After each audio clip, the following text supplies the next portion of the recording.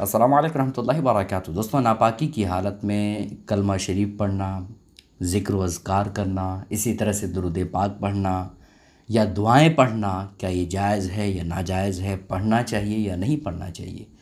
चूँकि आम तौर पर औरतों के साथ ये मसला ज़्यादा पेश आता है, चूँकि औरतें कभी हैज़ की हालत में होती है, पीरियड की हालत में होती है या किसी और हालत में रहती है जो नापाकी की हालत होती है ना। इसी तरह से मर्द हज़रात का भी प्रॉब्लम होता है, कभी कभी नापाकी लाहिक हो जाती है।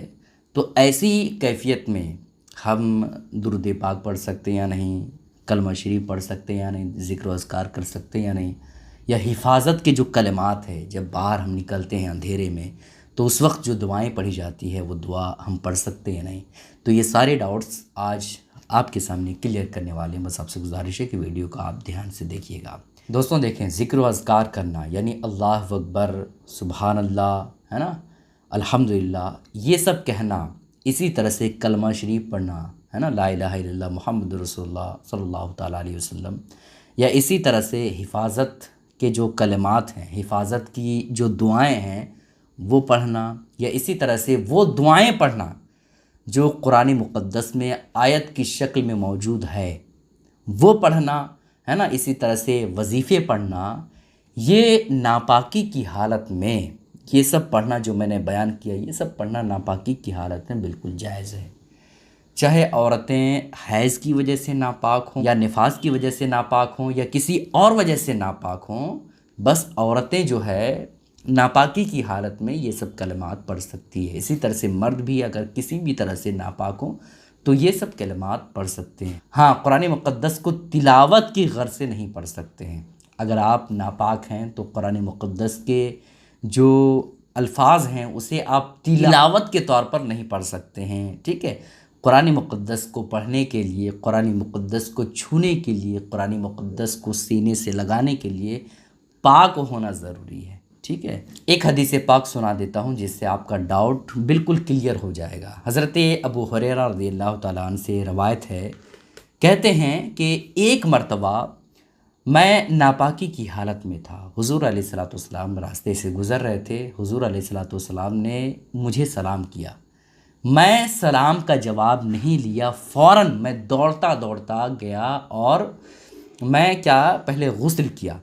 गुस्ल करने के बाद, नहाने के बाद, नापाकी से पाक होने के बाद मैं हुज़ूर अलैहिस्सलातु वस्सलाम की बारगाह में हाज़िर हुआ और सलाम पेश किया, है ना। हुज़ूर अलैहिस्सलातु वस्सलाम को सलाम किया और हुज़ूर अलैहिस्सलातु वस्सलाम की बारगाह में हाज़िर हो गया। हुज़ूर अलैहिस्सलातु वस्सलाम ने इरशाद फरमाया, ए अबू हुरैरा, हमने तुमको सलाम किया लेकिन तुम सलाम का जवाब दिए बग़ैर कहाँ चले गए थे?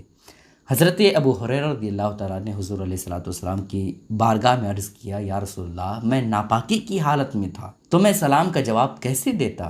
तो हुज़ूर अलैहिस्सलातु वस्सलाम ने जो इरशाद फरमाया वो आप अपने जहन में नोट कर लीजिएगा। हुज़ूर अलैहिस्सलातु वस्सलाम ने इरशाद फरमाया कि मोमिन नजिस नहीं है, मोमिन जो है वो नापाक नहीं है। ये अलग बात है कि इंसान कोई काम करता है जिसकी वजह से नापाकी लाहिक हो जाती है, लेकिन मोमिन नजिस नहीं है। अगर मुसलमान सलाम करता है या सलाम का जवाब देता है तो ये एक बतौर दुआ है ना।